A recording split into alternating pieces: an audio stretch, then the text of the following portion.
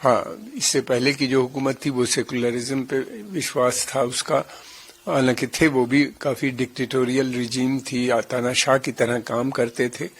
اب دیکھنا یہ ہے، لگتا ایسا ہے کہ ایک تاناشاہ کو دوسرا تاناشاہ تو کہیں ریپلیس نہیں کر رہا، اس بات کا خطرہ ضرور نظر آتا ہے. سر بات کریں امریکہ کے ڈونلڈ ٹرمپ کی، ٹرمپ کے بیان پہ ہماری لڑائی نہیں ہے، یہاں سے انترراشٹریہ پردھان کی جا سکتی ہے. دیکھیے یہ ٹرمپ صاحب کو کوئی ضرورت نہیں لڑنے کی، ان